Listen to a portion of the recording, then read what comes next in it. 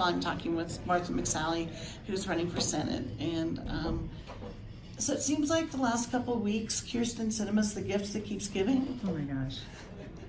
We can't keep up with all the unearthing of the disqualifying and ridiculous things that she said and done in her past.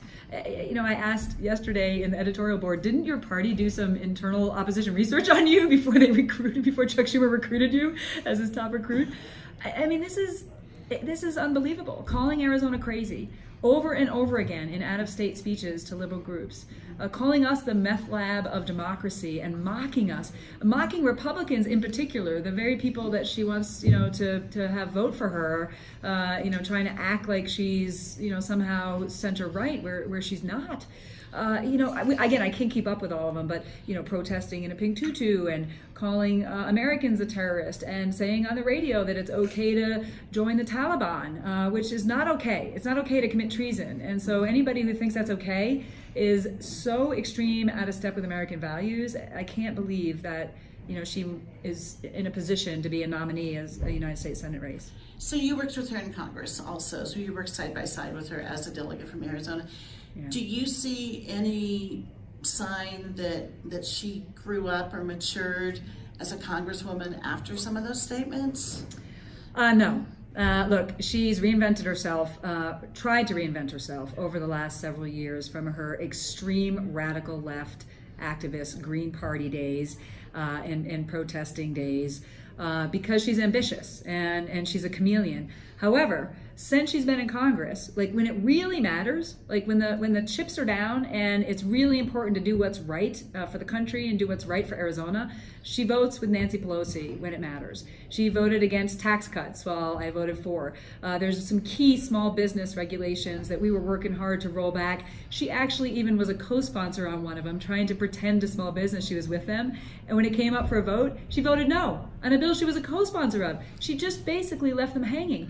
She voted to shut down the government with Chuck Schumer, choosing illegal immigration over our troops. I mean, one after the other. When it really matters, she's been against Arizona and she's shown her radical left past. Last question. Okay, and so there were some things that you mentioned that you weren't asked during the debate that you wish you had been asked. So what are some of those? And then go as long as unfortunately we're not going to have enough time. But I think one of the most important roles as a senator is to be a leader on national security issues.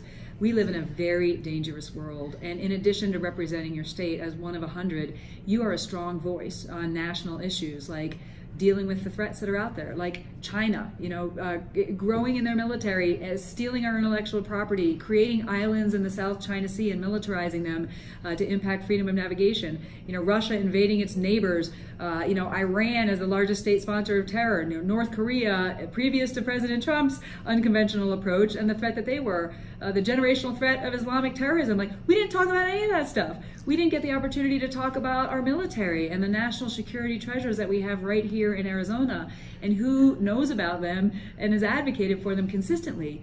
Well, Kyrsten Sinema, advocated to shut down Luke Air Force Base and have deep cuts to our military, who has been strongly advocating for our veterans. I mean, there were so many things we could have spent the bulk of that debate on, and unfortunately, they just, let Kyrsten read off her would appear to be teleprompter in her mind anyway, on the topics that they preferred to talk about, which are, we're leaving out these really crucial topics. Okay, any last words for Prescott? I would just say we have a long history. We have a very long history in Arizona of sending leaders from Arizona to the Senate. We often kind of punch above our weight, even for our population. And you think whether that's, Carl Hayden in our early days, Barry Goldwater, Senator McCain and Senator Kyle, especially on national security issues. We've always had leaders on making sure that we keep our country safe.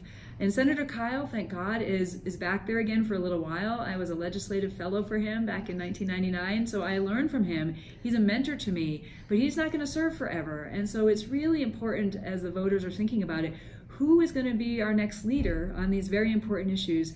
Kyrsten Sinema can't even find our enemies on a map, and when she's spoken up on these issues, she has been extreme and out of touch with American values. And so I'd be honored to have the vote of everyone who's listening. I'm excited to be back up in Prescott and Yavapai County.